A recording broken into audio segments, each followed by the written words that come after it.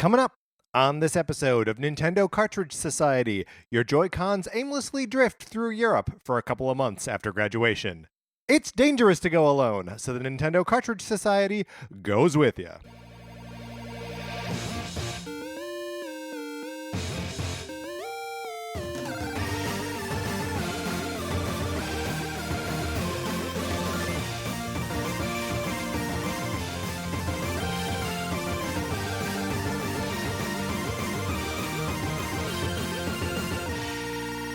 Welcome to Nintendo Cartridge Society. My name is Patrick Ellers, and I am joined, as always, by my co-host, Mark Mitchell. We've got a good show for you today. We're going to be talking about the news from the week, including the upgrade to the Nintendo Switch and some new game release dates. And then on Thursday, we are going to be determining the 4 best playable characters from Marvel Ultimate Alliance 3, The Black Order. But Mark, in the meantime, how are you? I'm doing great. Yeah, good. Spilled some orange juice on myself earlier. Uh-huh. But I only noticed it now, seemingly. What? Only noticed it sorry. when you walked I in. drank orange juice right before I came over here. Oh, okay. Spilled it on myself in the car. Uh-huh. Got out of the car, came over to your house, and we were just talking. And I just made my way over to your sink and started dumping water on my shirt. Were you at Jamba Juice or something? No. I just stopped at a gas station. Oh, okay. And gotten some orange juice. I was just trying to imagine the scenario where at 8 o'clock at night I'm reaching for a glass of orange juice. I'm no judgment, I guess. I mean, feels like an amount of judgment. I don't know that I'd say no There's judgment. Some. Yeah, there is some. But you know what? There is no judgment about. If you want to borrow my copy of Sonic Forces, no judgment. No, there's no shame in it for you. No, there's shame in it for me, probably. At the post office, they're like, who is this guy? Luckily, I don't let them see what I'm mailing. No. And I lie about it if they ask. You can borrow my copy of Sonic Forces. All you got to do is write to us at Nintendo Cartridge Society at gmail.com with a mailing address where you want me to send it. I send it there. It goes there. You play it or not, and then you send it back. Return postage included. That's right.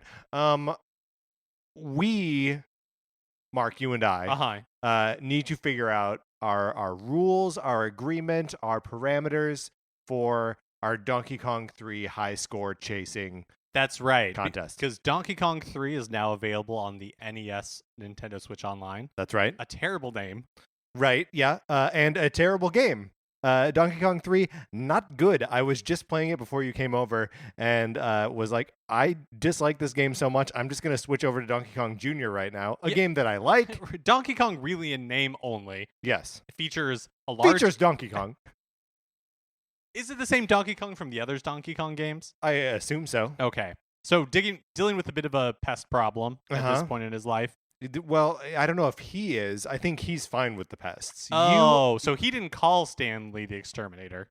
No. Well, because Stanley the Bugman, Mm-hmm. I believe you are in his greenhouse. You're in Stanley's greenhouse, and your goal is to drive Donkey Kong out with bug spray. Donkey Kong's not a bug, but you fight him with bug spray. But also there are bugs. There are also bugs. So Donkey Kong's making his way down these vines. That's right. And every now and then he'll knock on the side of a beehive, and the bees inside get mad and they come down and try to steal your flowers. And you're like, I gotta kill bees, I gotta neutralize caterpillars, and I gotta drive Donkey Kong out of my greenhouse. How did he get into the greenhouse in the first place? Oh boy, that's like one of those ancient riddles. Anywhere he wants to, or something like that. Or time to get a new greenhouse. Maybe that's the answer to it. Mm-hmm. So what do you want to do here, Mark? How what do you think is the best way for you and I and our listeners to participate and get in on a high score chasing contest here? Yeah, I feel like we've got to give ourselves some time. Okay. To really get good at the game. Right. So maybe we say a month? Okay, 1 month from today, and today is the 23rd. So by August 23rd, whatever the next episode is after that, we need to, you and I will have screenshots of our high scores. Mm-hmm. And if listeners want to send their screenshots of high scores to us, either on Twitter, that's at NinCartSociety, or to our email at Nintendo Cartridge Society at gmail.com. The highest score wins something. Yes. To be determined. Right, and it might be something that's not anything. It might just be like a shout out on the show. But also it might be something that's something. Yeah, okay. Yeah, it might be. It probably won't be, though. But it could be. And look, here's another thing that went to the Nintendo Switch NES Online app at the same time that Donkey Kong. I'm sorry. At the same time that Donkey Kong 3 did is a rewind feature. Now look, guys, no rewinding in this. That's right. Honesty matters. That's right. Your integrity's on the line. Right. And Dignity. Always dignity. And I'm just going to go ahead and preemptively exclude Billy Mitchell from the proceedings here. That's right. Don't even try, Billy. Known suspected cheater, Billy Mitchell. Alleged cheater. That's right. Billy Mitchell. Look, we don't have the time or the software to like vet these scores. No. So we need people to be honest. And, they are going to be played on systems where rewind is possible. So, like, we just need to trust everyone. Exactly. So August 23rd. By August 23rd. I know we don't have an episode on August 23rd, but I'm not going to open a calendar to figure out when around then we do have an episode.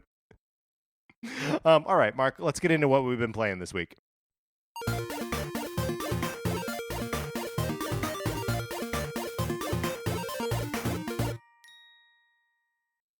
So last week we started asking for Super Mario Maker 2 level submissions. And we got one from Steven or Stefan. I'm not sure. It's a cool name either way. I just apologize that I don't know which one. Right. Well, it's hard for people like Mark and I who have profoundly not cool names to encounter someone who does have a cool name. It's deeply upsetting. Yeah, we don't know what to do. So I'm going to go with Stefan. Okay. Stefan sent us 3 levels to check out, which we will include in this week's show notes. He also sent them to us on Twitter, so you can check our liked tweets on Twitter. It'll be in there as well. Yeah, absolutely. So there was like a coin collection level where you had to get 65 coins in order to make it to like go past the goal. A dark themed level where it was like really shadowy, and you know how like you can use like enemies and POW blocks and all that stuff to like light up certain areas. Yeah. So there felt a little like Indiana Jones sometimes, making some leaps of faith. And then the third one was like a vertical speedrun where lava was raising from the bottom. Oh no. So all of them were really cool. The coin collection level I liked a lot. It was pretty short, which I like in Super Mario Maker 2 levels. And especially if you don't put checkpoints in it. Yeah. Put some checkpoints in if your they're going to be long, do us Right. all a favor. But it had like a few jumps that were difficult to make. Like you had to time it really well. Yeah. But it was the perfect amount of those where it didn't get like frustrating. And they were early enough in the level where you were like, okay, like once I get past this point. Sure. Then I don't have to worry about them anymore. Yes, exactly. The dark themed level, that was one where, to my own frustration, like it's really cleverly laid out. This one and like the vertical speedrun level that he made are really cleverly laid out, where you can't get too far ahead because something will always like trip you up. Oh, sure. So I was able to get like in this dark level, I was able to get through it, the first part of it, pretty quickly, and to the point where every time I died later in the level, I would start to just be like, I'm not going to be careful in the first part of this level anymore. Right. But you would still lose then. Which is always a trap, because then you just start getting like sloppy. I don't know, man. Whenever I'm like, you know what, I'm just gonna get sloppy here. I feel like that's when I find success. When I'm like, stop thinking about it, just go. Really, I feel like the level has to be like really designed for that. Like some of them are. Like I played one of your levels. Yeah. Which one? So I think I played 3 of them. I played the because there's one that's in there that's like just definitely too hard. Well, okay. So the 3 I played were the Super Mario Brothers 2 World 1 level. Yep. I played through the Follow the Mushroom. Yes, that one's too hard. Okay, so I actually didn't think it was. I didn't think it was too hard.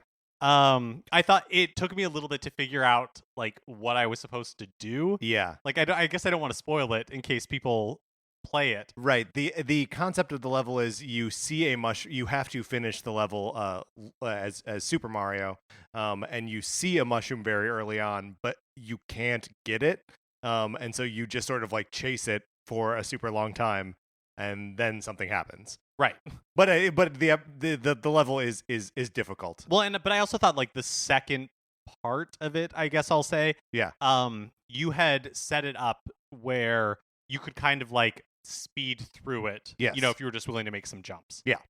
Yeah. But yeah, I thought all three of Stefan's levels were really fun. Were like really well constructed in the way where like you always knew where you're supposed to be going, and there were sometimes surprise elements where you're like, oh, there's no way I could have made that this time because I didn't know. But they were not so far into the level, or the levels weren't so long that it was like frustrating. Yeah. So they're really fun. We'll like I said, we'll include them in the show notes, and be sure to send yours to us. Yeah. And you can either do that again by Twitter at Nin Society, or the email address, which is Nintendo Cartridge Society at gmail.com, just like Turner did. Turner wrote us an email and said, "Hey, Patrick and Mark, heard your call for Super Mario Maker 2 courses, so here are mine." And so I'll just talk you through he sent us 5 levels. So I'll talk through some of them real quick. One is called Taking to the Sky, which is basically also a vertically, it doesn't scroll, but it's a sky level where you just got to keep going up, and you grab the leaf early on, and it makes it easy to fly up most of it. Was super fun. I've got the world record on this one at 1 minute and 10 seconds, so come at me, everyone, on Taking to the Sky. And then there was Tower of Terror, which was much like the one that you're describing with the light sources, and has a lot of like you're on a platform that travels on a track, and just sort of like moving back and forth to make sure that the ghosties don't see you. And then there was a pipe level in here that was like a good like kind of puzzle thing where and I always love this. I always love when you're in a space and you like see what's going on, or see what you think is going on, and then like something happens, or you fall, or you go down a pipe, and then like you return to the space later and you're like, oh, the space is actually about this. And the his pipe dream level has some of that. And then he also had a water one, and I tell you what, I don't want to play any water levels. Sorry, everyone, I don't think there's a good water level design. I don't think there is one. I don't like them. I don't want to swim. Turner says, hope you enjoy playing. Turner, P.S. Patrick, those courses you made are tough. Capital TOUGH. And then there's like a winky face emoji. I also want to probably off mic, because again, I don't want to spoil the surprise. Yeah. But the level you made where you have to like get the bullet bill. Yeah. Across, I laughed really hard when that level started. Just to see the like. Yeah, what you had laid out there. It is a funny level. You should check. Everyone should check out. I also uploaded one recently that's just it's a single screen level where you just have to murder like 25 cheeps, and the water level keeps like rising and lowering. It's really hard and chaotic, and I hate it. But everyone should check it out. All right. What else have we been playing this week? Okay, so I picked up Marvel Ultimate Alliance 3: The Black Order. Mm-hmm. Only had time to play a tiny bit of it, like maybe 45 minutes. So I'm really early in it.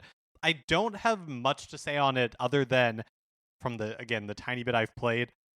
The reviews seem very fair, where you're just like, yeah, this game is fine. Yeah. It like is exactly what it purports to be, which is a game from like 2009. Right. Like it really does feel like it hasn't been 10 years since the last Marvel Ultimate Alliance, and it's been like 2. Right. Like you mean, but like we're in 2011. Exactly. Yeah. It's like a game out of time. Yeah. So you might notice that we have not yet mentioned that we played Splatoon 2 in the final Splatfest, because we didn't. I totally forgot. On this subject, Lizzie sends us an email and she says, "Hey guys, loved your Splatfest episode. It might not matter much since the final Splatoon has happened, or Splatfest has happened already, but do you guys find the Splatfests to be fun? I never have. I have had bad luck picking teams, and I always end up getting crushed every round. I haven't participated in the last couple because I haven't enjoyed it.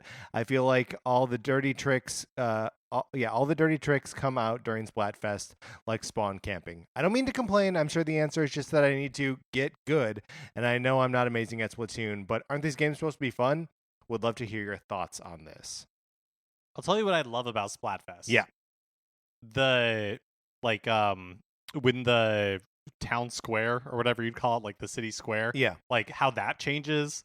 Yeah, I like that too. I like the concert. I like the different music. I like the new stages. Mm-hmm. But no, I don't particularly like like the setup of a Splatfest. Sure. I do like the arbitrary, like, pick a team and, like, represent that team. Like, I think that's fun. I mean, obviously, we had a fun time talking through, like, just that part of it last week. But yeah, it, like, if what a Splatfest really does is call all the really good people back to Splatoon, yeah, good point. I don't really love that. And to that point as well, neither of us played it this weekend. You forgot I was at San Diego Comic-Con, but I was back all day on Sunday. I could have played some, but I didn't. I didn't prioritize it as like this is a special, important thing, and neither did you. So I think there's probably some of that in there that maybe we don't really love Splatfest that much. All right, so that's what we either played or did not play this week. Let's get into the new releases and what we will play or maybe not play next week.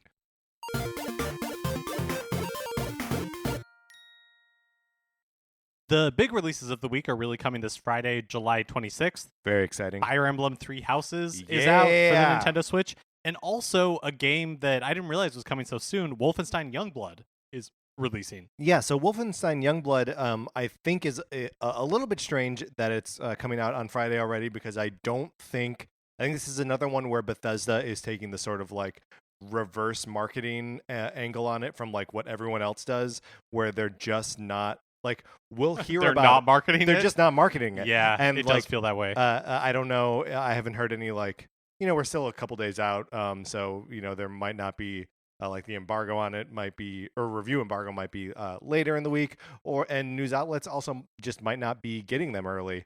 Bethesda has done that in the past, and so maybe they'll market it once the game is already out, and then people have reviewed it and gotten it in hands, and they can just be like, here's what people are saying about this game.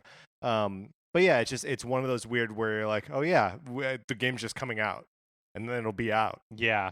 We're also getting the Pichu, Isabelle, and Pokemon Trainer amiibo from the Super Smash Bros. Series. I like the way that Pokemon Trainer looks. He looks so cool. Are there more Super Smash Bros. Series amiibo after these? Of the characters that were in the game to begin with, because the DLC characters are obviously still going to be coming. Oh, sure. Okay. But I don't know if that's all of them. Then I haven't really been keeping up with. Wait, sorry. So do they make? This is way old news, I'm sure. Yes. But are they making amiibo for every character? Every in Super Smash Bros. Ultimate in Super Smash Ultimate will have an amiibo by the time they are done, including making the DLC. Including the DLC. Well, I mean, I think that's fair then that you haven't been keeping track of it, because that's so many characters. Yeah, there was a time though where I was like, yes, I'm on top of all of this amiibo stuff. I guess one of my New Year's resolutions last year was to figure out my relationship with amiibo, and I think at this point I finally have. I like the amiibo I have. If every now and then I want to pick up a new one, I'll do it, but I am no longer beholden to collect all the amiibo. Behold. I assume you're picking up Fire Emblem Three Houses. Absolutely, yeah. And it's I know the game is going to be big enough and meaty enough that it has put Ultimate Alliance on the back burner for me. And yeah, I've got it pre-ordered already. I'm very excited for yeah, I'm sorely tempted to pick it up. But the thing that's stopping me is I know I don't like strategy RPGs. Right.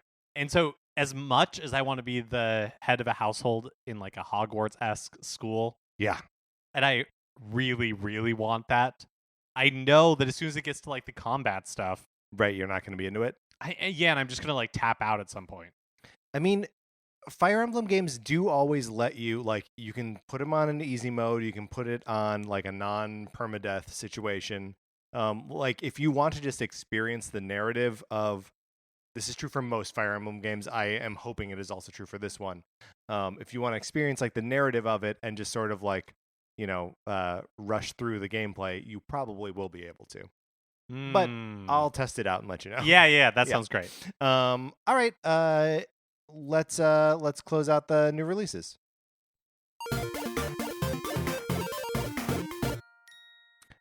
Now it's time for a regular segment on our show. It's time for 433. In 1952, American composer John Cage wrote a piece called 433, wherein a performer or group of performers didn't play their instruments for 4 minutes and 33 seconds.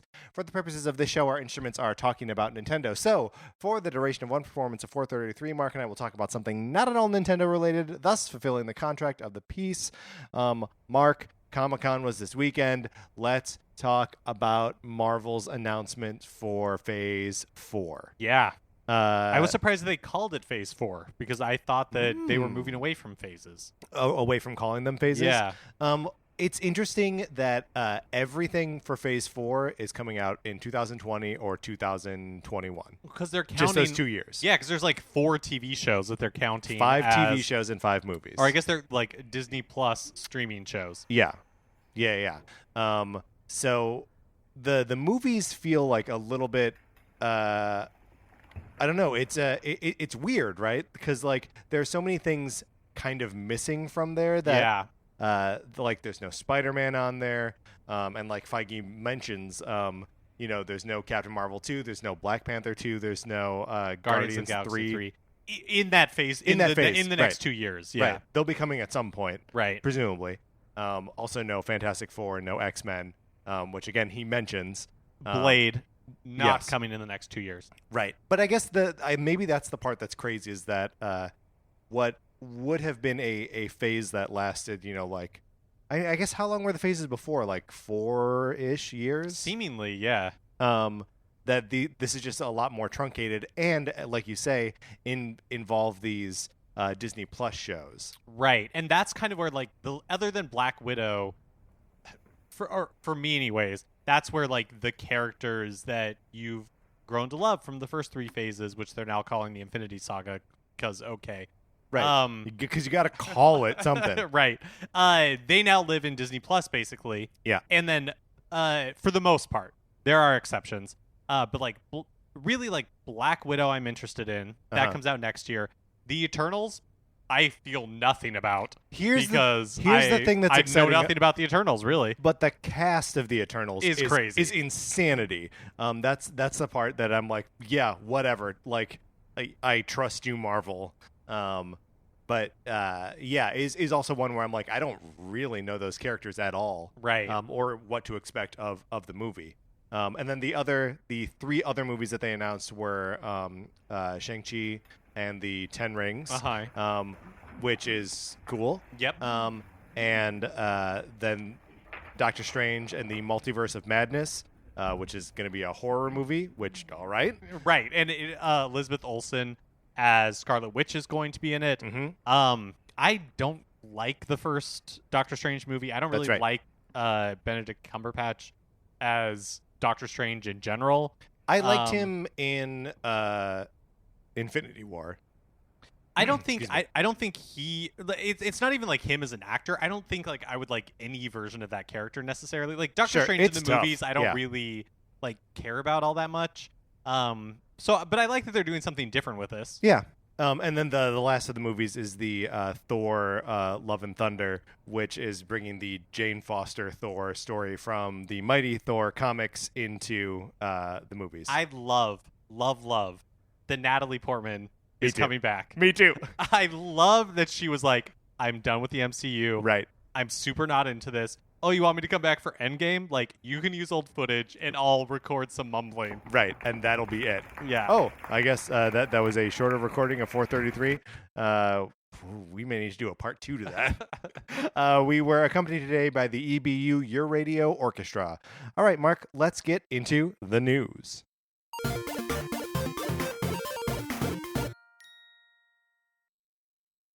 So retail versions of Tetris 99 were previously announced for Japan and Europe, and now we know that it's officially coming to North America as well.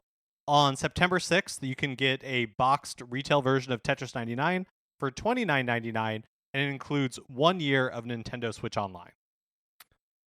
No savings. No, well, it includes it though, so it's like you're paying $10 for the physical version of it. Oh, yeah, I guess that's true. It's more expensive than just getting Yes. Although I guess, well, kind of, because the physical version of it must include You remember when we paid $10 for Tetris 99 like a month ago? Oh, good point. So you could like play it offline, and it had a couple of different modes and stuff. Yes, I forgot about that. I'm assuming that's what this is. So it's not just like the online only multiplayer battle royale Tetris. Yes. That comes with the Nintendo Switch Online for free. Sure. So yes, literally no savings. It is exactly what you would spend. Is maybe a penny more. No, because I think it's $9.99 for. Oh, maybe it is a penny more. Yeah, because it's $9.99, right? And $19.99. Yes, you're paying 1 cent for that to have that cartridge. And yeah, for A, the cartridge, and B, you could do this whole thing with cash, baby. Oh, that's right. You can stay off the grid, which I guess is the only advantage there. Worth it if that's something that you worry about. Yeah, to pay the 1 cent to stay off the grid. It's good. That's actually a pretty low price to stay off the grid. Yeah, it's not bad compared to other things you have to do. Oh yeah, to like fake your own death. Which requires burn down a lot your of mailbox. Right. Specifically, unless you own your home, in which case you could burn down your entire home. Oh yeah, that'll cost you. Neither of us have that luxury. Nope. Some other notable release dates announcements: Pandemic, the board game, is coming August 1st. To the Switch. I love Pandemic. That's the only reason I'm calling this out. It's not like a particularly like big or bold release, but I just really like Pandemic. So it is still like if you're playing Pandemic on Switch, it's still like a cooperative like board game experience. Yeah, I assume so. Okay, cool. Yeah, exactly.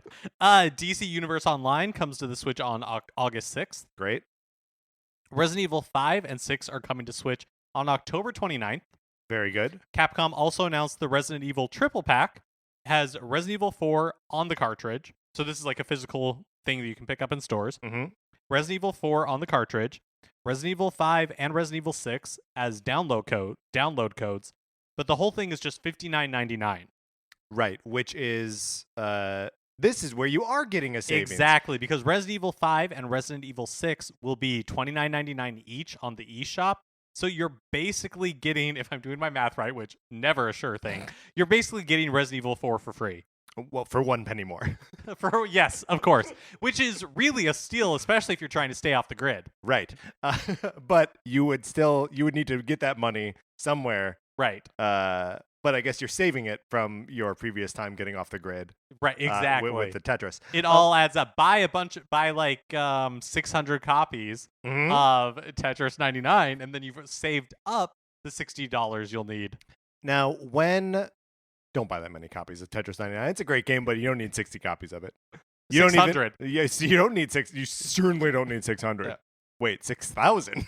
Oh, 6,000. Well, see, there you go. There we go. But was it? How expensive was Resident Evil 4 when you bought it on Switch? Oh God, was it $29.99? Yeah, I probably paid $30 for it. So don't regret it at all. Okay, good.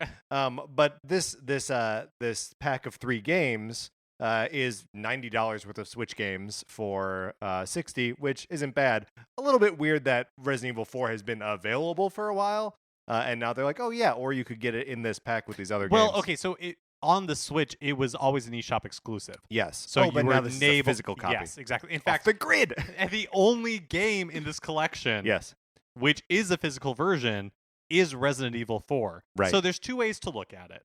If you're off the grid, you're either buying a physical copy of Resident Evil 4 for 1 penny more, right, than you would if you were just buying Resident Evil 5 and Resident Evil 6 individually on the eShop, which you'll still have to download those codes from the eShop. Right, but you but won't you're have still, to enter your money's off credit the grid card still. information. Yeah. Exactly. And then you could also buy the Resident Evil, what do they call it, like Origins collection? Yeah. Whichever one had 0 and 1 remake together. Right. You could buy that physically as well. Yeah, so that's one point. And the second point, I kind of forgot. But just remember that there are 2 good things about this. Good things about this. Or bad things. I forgot how that started. 2 things about it. And then finally, Luigi's Mansion 3 is releasing October 31st. Hey, happy Halloween. I heard a lot of people being like, hey, it's perfect. It comes out on Halloween.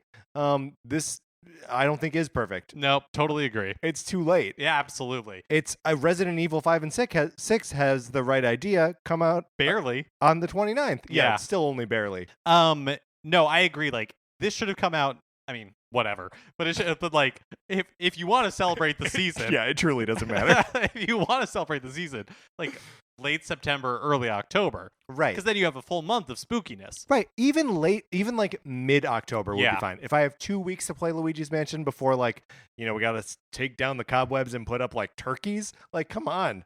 We're going to be playing this thing in Thanksgiving season. I will say marginally better than releasing on the traditional Friday that Nintendo releases games, which would be November 1st in this case. I feel like this episode, for whatever reason, especially when we talk about release dates, we've been like talking in circles around the thing instead of just like coming out and like saying it directly. Oh, yeah. Like, I don't know if anybody followed the Resident Evil stuff we were talking about. Oh, yeah, but we were right. Maybe. I forgot what we were talking about. The important thing is that Luigi's Mansion 3 releasing October 31st. Yes. So it finally has a release date. It's on Halloween, which is the bare minimum Nintendo could do. At Disney World, they're starting to celebrate Halloween in like August. We're like 2 weeks away from the first Mickey's Not So Scary Halloween party in the Magic Kingdom.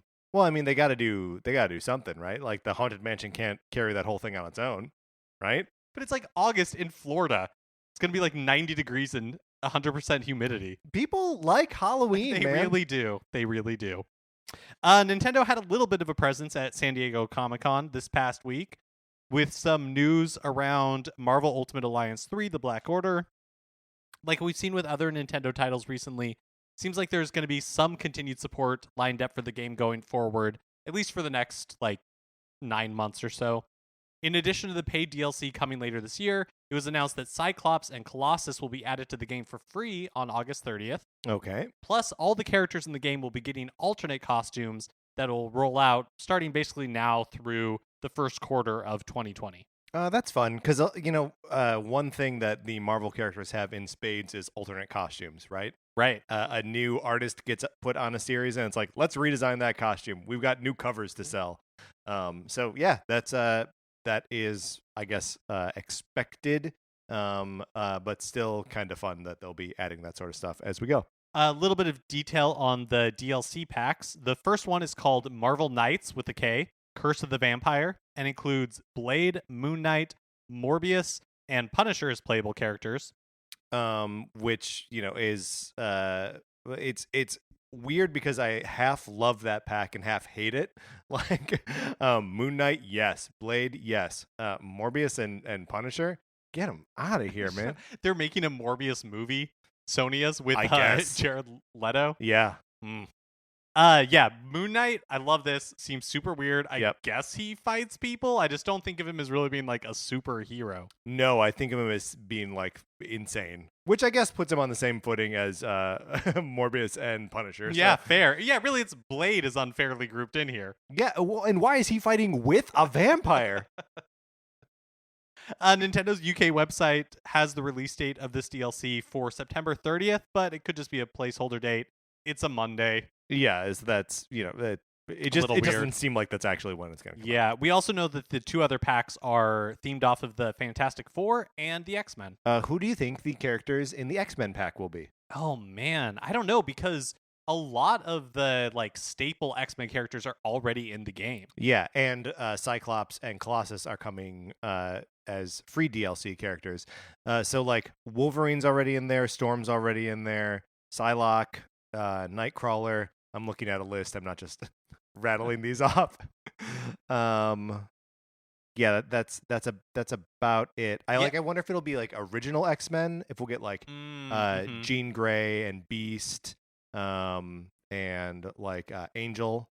And do you think that they would put? And I don't know if he shows up as a villain in the game. Probably. We've seen screenshots or video of Magneto being a bad guy in the game. So yeah, I would bet you're right. I bet it's probably Jean Grey, Beast, just finishing those off. Okay, fantasy list. What's one X-Men you really want to see? Blink. Blink? Yeah. I'm gonna go with Gold Balls. Love Gold Balls. You can make gold balls appear. And then in the other pack, the Fantastic Four. What characters do you think that'll? Oh, there was also a Nintendo Lounge in the Marriott next to Comic-Con. Yes, let me tell you a little bit about this. I did not go in because it was crazy busy. Our buddy Matt Acevedo was like, Patrick, we should go to this. And he got there at 10 o'clock in the morning, which is when it opened, and was told there was going to be a 4-hour wait. Was it just like demo stations? Yeah, but not even like a lot of demo stations, and they didn't have Link's Awakening. They had Ultimate Alliance, but the game had already been out for a day at that point. So yeah, and they just had like some big like plastic Nintendo stuff, like there's a question block and a pipe with Mario coming out of it and stuff like that. Which is, I mean, I don't know. I stood in line for a long time to do a really crummy NBC activation that was like Superstore and The Good Place and Brooklyn Nine-Nine. But there was like nothing in there. It was bad, and I waited a long time for it. So what I'm saying is a lot of these things are terrible. With last week's announcement of the Nintendo Switch Lite, we also briefly mentioned that Nintendo had filed paperwork with the FCC for updated innards of the original Nintendo Switch. Yes. So same form factor exactly, but like updating the chips and the memory and things like that. At the time, we didn't know what it was for, or even if like Nintendo would end up acknowledging it, but they did. So model number HAC001 (-01). Now, mind you, this isn't like how they're marketing it. This is just a number you'll have to like search for on right to figure out what it is. So it's expected to hit North America in mid-August, and it promises 4.5 to 9 hours of battery life compared to the 2.5 to 6.5 for the original Switch and 3 to 7 hours for the Nintendo Switch Lite. So significantly better. Yeah, than huge. Both the original Switch and the Switch Lite. And like really differentiates in like a weird way, because to me, one of the like benefits of the Nintendo Switch Lite was, you get a little bit more battery life. Right. And then like a week later, Nintendo's like, but it's also significantly less battery life. Which I guess actually makes sense if you're charging $100 premium. Yeah. That it's like, hey, this is worth it for a number of reasons. Yes. Yeah. I mean, yeah, I think that's just kind of what it boils down to. And I mean, what's happening here isn't that the battery is improved. It's that it's just more efficient. Yeah, the machine is more efficient. So I have to imagine that they are using the same efficiency in the Switch Lite. It is just physically smaller, and therefore the battery is also physically smaller. Yeah, that very well could be. So like, yeah, it definitely does take the wind out of the sails of the Switch Lite a little bit when one of the few things that they were like, no, here's one way that it is better. It's actually not. It's actually worse. Yeah. Is this enough to get you to like buy another Switch? Like, has battery life ever been a concern for you? It's been a concern for me, but I also travel with an Anchor battery that will keep the Switch alive for a super long time. I had it with me to charge my phone over Comic-Con. I didn't plug my phone into a wall the whole time I was gone.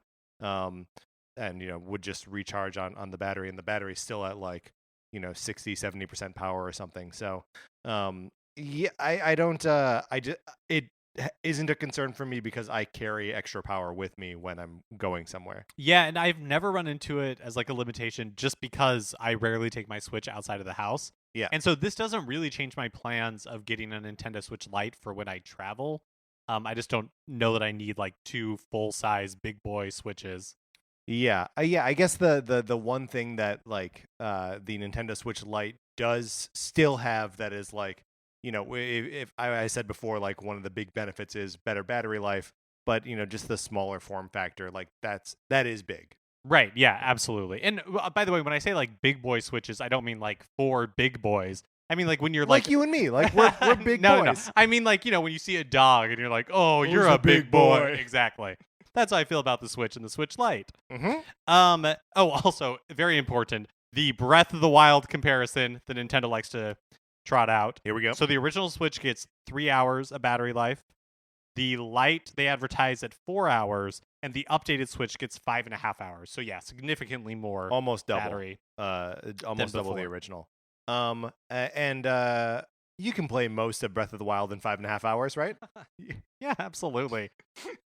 Back when the Switch launched in 2017, there were several reports of malfunctioning Joy-Con, including an issue which causes some left Joy-Con to register a directional input on the analog stick when the stick has not been touched, which is now just colloquially known as drifting. Yes.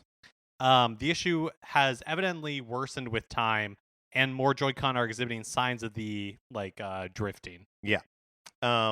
So I'm experiencing this at present, which is makes building levels in Super Mario Maker kind of difficult because I will let go of the stick and the cursor will just sort of drift another like 2 squares to the left before stopping, which just means I have to do a lot of pushing in the opposite direction to stop it.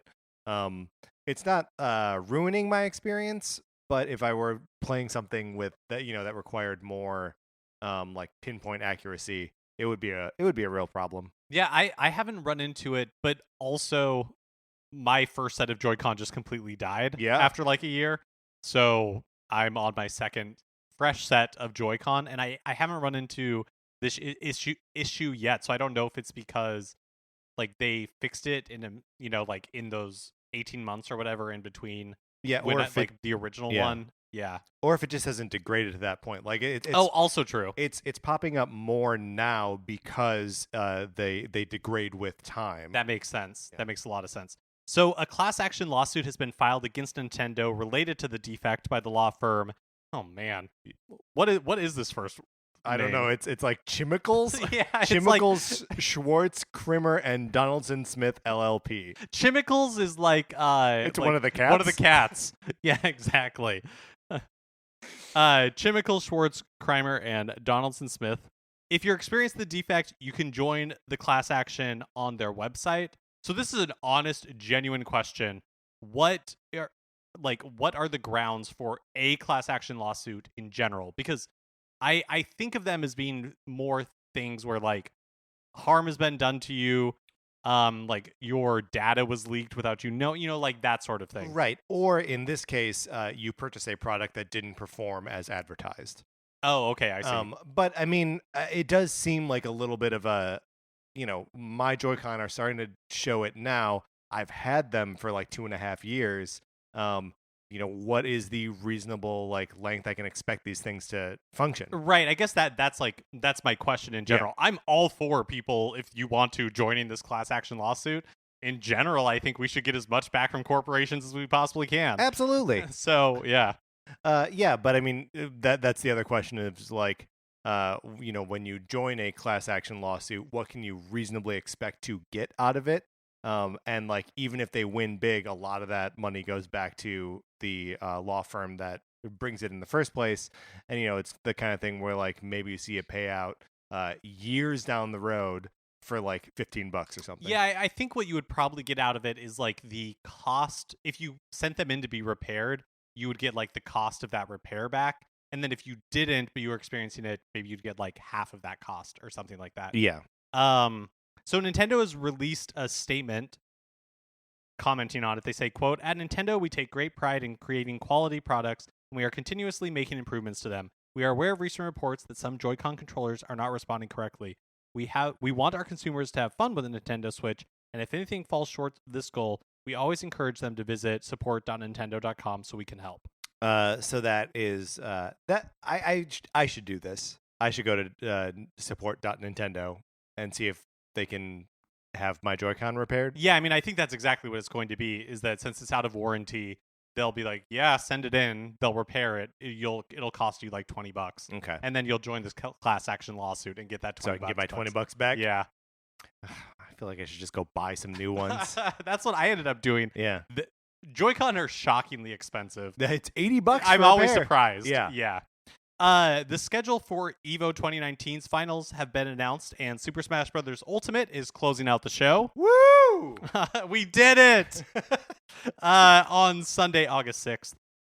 Here's the complete final schedule read to you by Patrick, because I don't know what most of these like acronyms stand for. Right. We took this from the Twitter of at Mr. Wiz, who is in charge of organizing this stuff, or at least announcing it. I don't really know who he is. So on Friday they're doing Soul Calibur 6. On Saturday, it's UNIST. United Nations. No, this is that like unbirthed night. It's something like that. It's a weird like monster one. I'll look it up in a second. But then Dragon Ball Fighter Z, then Samurai Showdown, then Mortal Kombat 11, and both Samurai Showdown and Mortal Kombat 11 are also on Switch. Oh, and Dragon Ball Fighter Z.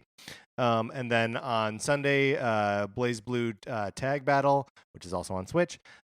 Street Fighter 5, Tekken 7, and then Smash Ultimate, which is the one that is on Switch. Nice.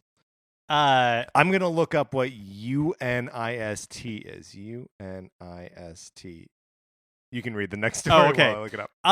It's our returning Eye on Guiji segment. Eye on Guiji. If you are curious about the order of things, like whether Guiji was thought up for the 3DS remake of the first game and then put into Luigi's Mansion 3, we now know that that Guiji originated in Luigi's Mansion 3, and then they were like, oh, this could work in the Luigi's Mansion remake. We found that out from Luigi Mansion 3 director Yoshihito Ikebata, who told this to Polygon in an interview. He also said, quote, after we saw the Nintendo Switch 2-player functionality, I thought about making a copy of Luigi. When 2 people are playing, they'll have 2 Luigis, but when 1 person is playing, how will they control 2 players at the same time? Okay, just to jump in on this for a second. There are already other characters in Luigi's world. Why do you need 2 Luigis? I feel like there should be a Lady Luigi. I think that'd be really fun. I don't have anything to follow that up with. It's just like a fun thought I had. And if that's not what this podcast is for, I don't know what. The idea wasn't to create Luigi out of goo originally. Originally, Next Level Games was experimenting with making the ghosts out of goo using some jelly-like substance. Okay, so Goo ghosts. Goo ghosts, and then the Luigi's Mansion 3 guys were like, hey, we're already thinking about doing a Luigi double. Why don't you just make your ghosts? Why don't you just use that ghost goo, and make a Luigi? Well, wait, no, I think because Next Level Games is making Luigi's Mansion 3, I don't think they made the 3DS remake. So I think he was, Ikebata was thinking of, hey, it'd be fun to have multiple Luigis. Yeah. And Next Level Games was like, we're thinking of some goo ghosts. And it was, turned out to be 2 great tastes that go great together. Mm-hmm. Like coffee and gummy worms. Exactly. Which Gooigi might taste like. That is exactly what its consistency might be. It is also canonically true, and I forget where who conducted this interview, but that Gooigi is created in the timeline during the events of Luigi's Mansion 3 and sent back in time to the original Luigi's Mansion. I love this. I love Gooigi. Yeah. I love Gooigi. Yeah, it's okay. Just admit it. Yeah, when I wasn't sure. Throw Lady Luigi out the window. I still want Lady Gooigi. Because I'm thinking Lady Gooigi? Oh, things are getting out of control. Basically, I'm just thinking of Luigi in a wig. And I love that. I love that. I love that too. Sorry, did you find out what that United Nations fighting game was? Oh yes, it is Under Night in Births. Under Night in Birth is the name of the game. Under Night in Birth. You keep saying it, but I'm looking at the UNIST. Okay, so it's really just struggling to. Okay, the name of the game is Under Night in Birth EXE : late ST. Okay. That's all I needed. And ST is in brackets. We're closing the book on that. Finally, some final Splatfest results. Like we talked about at the top of the show, it was the final Splatfest last weekend. Mm-hmm. Team Chaos versus Team Order.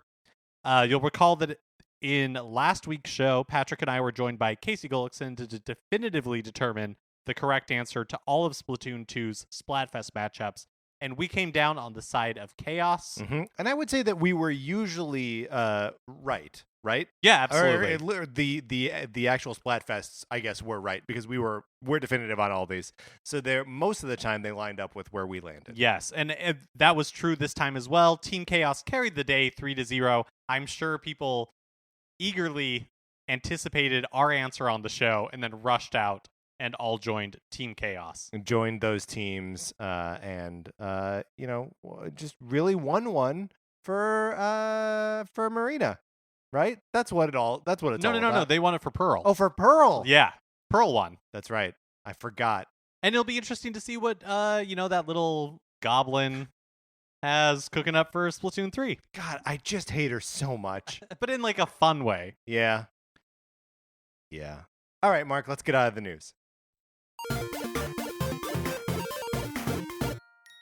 That is going to do it for this episode of Nintendo Cartridge Society. Please remember to rate, review, and subscribe on Apple Podcasts. If you like the episode, you can share it on Facebook or Twitter or wherever you share things. It helps us out a bunch. On Twitter, I am at Patrick_Ellers. Mark is at MKE Mitchell. And the show is at Nin Cart Society. And the Facebook page is just Nintendo Cartridge Society. If you want to like Photoshop a picture of Luigi in a wig, yeah, I would Mark's love to Mark's see it. not going to say no to that. Tweet it at Mark directly, please. Olivia Duncan made our logo. Our theme music is provided by 8-Bit Betty. You can get more of his music by going to 8bitbetty.com or by listening right now. For my co-host, Mark Mitchell, this is Patrick, also requesting pictures of Luigi in a wig and saying thanks for listening.